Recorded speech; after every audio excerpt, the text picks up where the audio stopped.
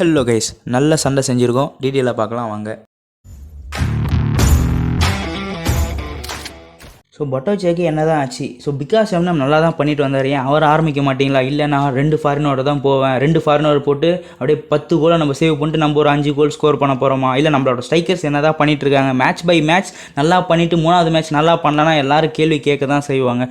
So இல்லை நல்ல strikers தான் இந்த மேட்ச் மிஸ் பண்ணிட்டாங்க அப்படின்னா. ஸோ தொடர்ச்சியாக நாங்கள் கிட்டத்தட்ட எவ்வளோ மேட்ச் 15 மேட்ச் பார்த்துட்டோம். ஸோ ரொம்ப கஷ்டமாக இருக்குது. டீட்டெயிலாக பார்க்கலாம் வாங்க.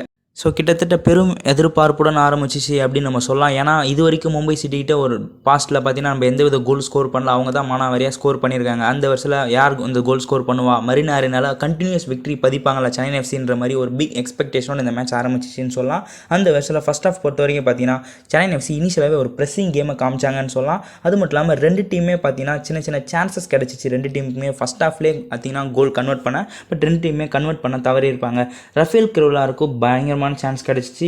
ஒரு டீம் மிஸ்டேக் பண்ணுவாங்க. ஸோ அந்த மாதிரி ராஃபாவுக்கு ஒரு சான்ஸ் கிடச்சிருக்கும். பட் அவர் பார்த்தீங்கன்னா அந்த நொக்வரா காலில் பட்டு ரிஃப்ளெக்ட் ஆகுமே தவிர பட் அவர் ஷாட் எடுத்தாருன்னு சொல்லலாம். அது மட்டும் இல்லாமல் மறுபடியும் ராஃபா கிடச்சிருக்கும், பவர்ஃபுல் ஷாட் எடுத்துருப்பாருன்னு சொல்லலாம். பட் அது ஃபுட்பால் சென்பா மேலே பட்டு பார்த்தீங்கன்னா அது ரிஃப்ளெக்ட் ஆகி அதையும் நம்மளால் கன்வெர்ட் பண்ண முடியாதனால ஸோ எடுக்க முடியல. ஈவன் நிந்தாய் ரஹீமுக்கு கொடுத்து ரஹீம் ராஃபா கொடுத்து ஸோ இந்த மாதிரி சூப்பராக பில்ட் பண்ணி மூவ் பண்ணாங்க அப்படின்னு நம்ம சொல்லலாம். 2 டீமே பார்த்தீங்கன்னா ஸோ கோல் ஸ்கோர் பண்ண ட்ரை பண்ணாங்க. முடிஞ்ச வரைக்கும் இந்த சான்ஸை யூட்டிலைஸ் பண்ண பார்த்தாங்க. பட் 2 டீமாலையும் பார்த்தீங்கன்னா கோல் தான் ஸ்கோர் பண்ண முடியல. ஸோ ஃபைனலாக நிந்தாய்க்கு ஒரு சூப்பர் சான்ஸ் கிடச்சிருக்கும். ஆக்சுவலாக அங்கே கம்யூனிகேஷன் மிஸ் ஆகிருக்கும். ரஹீம் கொடுக்குறதா வந்து வாங்கப்பா, முன்னாடியே ஆளை காணும், என் பின்னாடியே வரன்ற மாதிரி மூவ் ஆகிட்டு இருக்கும். பட் ஃபைனலாக நிந்தாயை பார்த்தீங்கன்னா உள்ளே போய் ஷாட் எடுத்திருப்பாரு. பட் அவர் கையில் அதாவது புர்பால் லட்சன்பா அவர் கையில் போட்டு ரிஃப்ளெக்ட் ஆகிருக்கும். பட் அதையும் நம்மளால் கன்வெர்ட் பண்ண முடியல அப்படின்னு நம்ம சொல்லலாம். ஸோ ராஃபா பார்த்தீங்கன்னா அதை ராக்கெட் விட்டுட்டு இருப்பாரு. ஸோ ஃபைனலாக சரி ஃபஸ்ட் ஆஃப் முடியறதுல 0-0 முடியுமானா? இல்லை 1-0 முடியறதுக்கு ஹை சான்ஸ் இருந்துச்சு.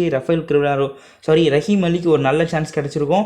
ஸோ மிஸ் பண்ணியிருப்போம். ஸோ அந்த ரிஃப்ளெக்டட் பாலை பார்த்தீங்கன்னா ஃபருக் சௌத்ரி அவன் டார்கெட்டில் பிளேஸ் பண்ணியிருப்பாருன்னு சொல்லலாம். பட் அது ஆகாஷ் மிஸ்ரா ரொம்ப சூப்பராக கணிச்சு அதை அழகாக எப்படி சொல்கிறதுனா தடுத்திருப்பாரு. அப்படி இல்லைனா 1-0 மூவ் பண்ணியிருப்பாங்க. ஸோ பட் அந்த மாதிரி நடக்கலை அப்படின்னு நம்ம சொல்லலாம். ஸோ கிட்டத்தட்ட ஃபஸ்ட் ஆஃப் பொறுத்த வரைக்கும் 2 டீமே வந்து கோல் ஸ்கோர் பண்ணல. சான்சஸ் கிடைச்சாலும் அதை கன்வெர்ட் பண்ண முடியல. ஸோ 0-0 மூவ் பண்ணியிருக்காங்க. செகண்ட் ஆஃப் இனிஷியலாகவே பார்த்தீங்கன்னா ஒரு சப்ஸ்டியூஷனோட சாண்டி ஸ்டீவர்ட் மூவ் பண்ணார். ஜிதேஷ்வர் எடுத்துட்டு மொபைல் உள்ள கொண்டு வந்தார். பட் இனிஷியலாக பார்த்தீங்கன்னா கோனாஷில்ஸ்க்கு ஒரு நல்ல சான்ஸ் கிடச்சிருக்கும். செகண்ட் ஆஃப் இனிஷியலாக நல்லா பண்ணோம். ஸோ ராஃபா ஒரு சூப்பர் கிராஸ் கோனாஷில்ஸ். ஸோ மறுபடியும் ஆகாஷ் மிஸ்ரா அந்த அது எப்படி சொல்லுதுன்னா செகண்ட் ஆஃப்லேயே பார்த்தீங்கன்னா அந்த மொமெண்டத்தை கீப் ஆன் பண்ணாருன்னு சொல்லலாம். ஸோ சென்னை எஃப்சி பொறுத்த வரைக்கும் செகண்ட் ஆஃப்லேயே ஒரு நல்ல தொடக்கம். அது மட்டும் இல்லாமல் சதாக் பார்த்தீங்கன்னா இனிஷியலாக அவங்க மூலயமா வர கோலும் பார்த்தீங்கன்னா தடுத்தார். பட் ஃபைனலாக பார்த்தீங்கன்னா அவ்வளோதான், இவ்வளோ தூரம் கஷ்டப்பட்டது வீணாக போச்சுன்ற மாதிரி ஒரு பெனால்ட்டி கிடச்சிருக்கும் மும்பை சிட்டிக்கு. ஸோ பட் சிர்கோவிச் மூலயமா கிடச்சிருக்கும் அவர் அந்த காலை ப்ரெஸ் பண்ண மூலயமா. பட் மும்பை சிட்டியோட சான்ஸை எடுத்திருப்பார். ஸோ அவர் பார்த்தீங்கன்னா அந்த ராக்கெட் விட்டுட்டு பெனால்ட்டி கன்வெர்ட் பண்ண முடியல.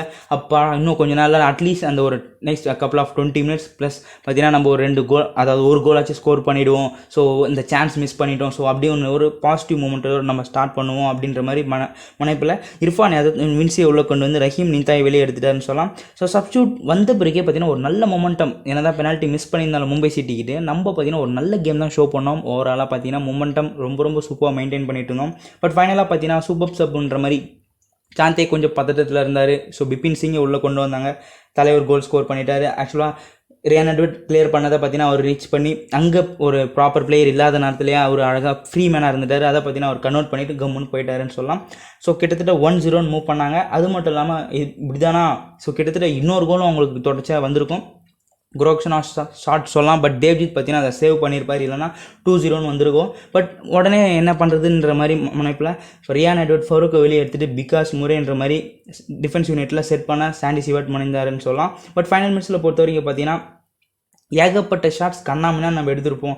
ஸோ அது எப்படின்னா அந்த ப்ரெஷரை வந்து நம்ம ஹேண்டில் பண்ண தெரியலையா? ஸோ அந்த மாதிரி நேரத்தில் பொசிஷன் மெயின்டைன் பண்ணோம். ஆப்போனண்ட்டுக்கு ஒரு ப்ரெஷர் கிரியேட் ஆகும். ஸோ நம்ம ஈஸியாக அதனால் ஒரு சான்ஸ் கிரியேட் பண்ண முடியும். அப்போ தான் லாங் பாலை தூக்கி அடிக்கிறது கண்ணாமனா பாலை கொடுத்துட்டு இருக்கிறது பாஸ் பண்ணுறதுல கிராஸ் எஃபெக்டிவாக இல்லை. என்ன தான் நம்ம ஒரு லாஸ்ட் மேட்ச் ஒரு கோல் ஸ்கோர் பண்ணாலும் சரி, இந்த மேட்ச்சில் நல்லா பண்ணியிருந்தாலும் சரி, அந்த நேரத்தில் நம்ம என்ன மிஸ்டேக் பண்ணுறோம் அதுதான் அங்கே கடைசியில் பேச்சு வரும். ஸோ அந்த வருஷத்தில் சின்ன மிஸ்டேக்ஸ் பண்ணோம். இதுதான் சென்னை எஃப்சி லாங் பால் கொடுத்து பண்ணுறாங்க. ஆனால் மறுபக்கம் எது தொட்டாலும் நம்மளுக்கு ஆப்போசிட்டாக முடியுது.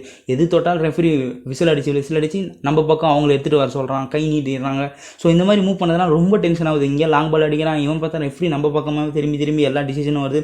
ஒரே டென்ஷனாக தான் மூச்சுன்னு சொல்லலாம். பட் ஃபைனலாக பிபின் சிங் அந்த டென்ஷனை குறைச்சிட்டாரு. நம்மளுக்கு எதிராக இன்னொரு கோல் ஸ்கோர் பண்ணி ஸோ கிட்டத்தட்ட நிர்ணயிச்சார், நீங்கள் என்ன தான் கோல் ஸ்கோர் பண்ணாலும் எங்ககிட்ட ட்ரான் ஒன்றும் பண்ண முடியாது. ஸோ கிட்டத்தட்ட 2-0 சென்னை எஃப்சி இந்த மேட்சை தோத்துட்டாங்க. மும்பை சிட்டி பார்த்தீங்கன்னா ஒரு வின்னிங் ஸ்ட்ரைக்கை தொடங்கினாங்க அப்படின்னு நம்ம சொல்லலாம்.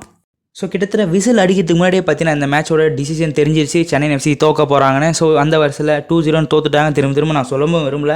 ஸோ டேபிளில் என்ன ஆச்சு, ரொம்ப கவலைக்கிடமான நிலைமையில் இருக்கிறோம். என்னை பொறுத்த வரைக்கும் ஜம்ஷெட்பூர் டிசர்வ்னு சொல்லலாம். ஆக்சுவலாக என்ன தான் நம்ம நல்ல டீம் ஸ்குவாட் எப்படி இருந்தாலும் அந்த டிசர்வ்னு ஒன்று இருக்கும்ல, அந்த 6th ஸ்பாட்டுக்கு, அந்த 6th ஸ்பாட்டுக்கு என்னை பொறுத்த வரைக்கும் ஜம்ஷெட்பூர் டிசர்வ்னு சொல்கிறேன்.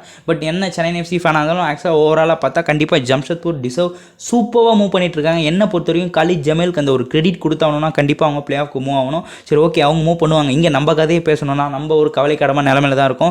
ஸோ மறுபக்கம் ஈஸ்ட் பெங்கால் தோத்தாங்க. ஸோ ஓகே, இப்போ நம்மளும் தோத்துட்டோம். இப்போ நம்ம 2 பேர் ஒரே பாயிண்டில் தான் இருக்கிறோம். ஆனால் அவங்களோட ஸ்குவாட் வேறு, அவங்களோட ஸ்குவாட் ஸ்ட்ரென்த் வேறு, நம்மளோட ஸ்குவாட் ஸ்ட்ரென்த் வேறு. ஸோ ஏகப்பட்டது பேசுறது இருக்குது. ஸோ உங்களோட தாட் முடிஞ்சால் நீங்கள் கமெண்ட்டில் சொல்லுங்கள்.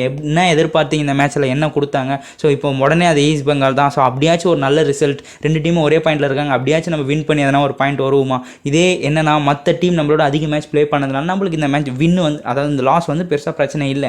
சப்போஸ் நம்ம அவங்களோட அதிகமாக மேட்ச் ப்ளே பண்ணிட்டு இந்த மேட்ச்சை தோற்றுருந்தா ரொம்ப டென்ஷனில் இருந்திருக்கும்.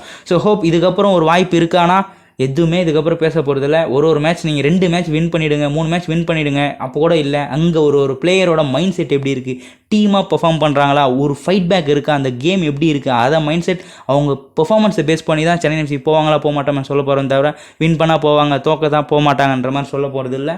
ஸோ கண்டிப்பாக அடுத்து வர மேட்ச்சில் வின் பண்ணுவாங்க. ஸோ அதை பற்றி நம்ம டீட்டெயிலாக பார்க்கலாம். Let's go Indian football. மறக்காமல் உங்களோட தாட்டை நீங்கள் சொல்லுங்கள். நீங்கள் என்ன எதிர்பார்த்தீங்க, சூப்பர் ரிசல்ட் கிடச்சிருக்கு. Let's go Indian football.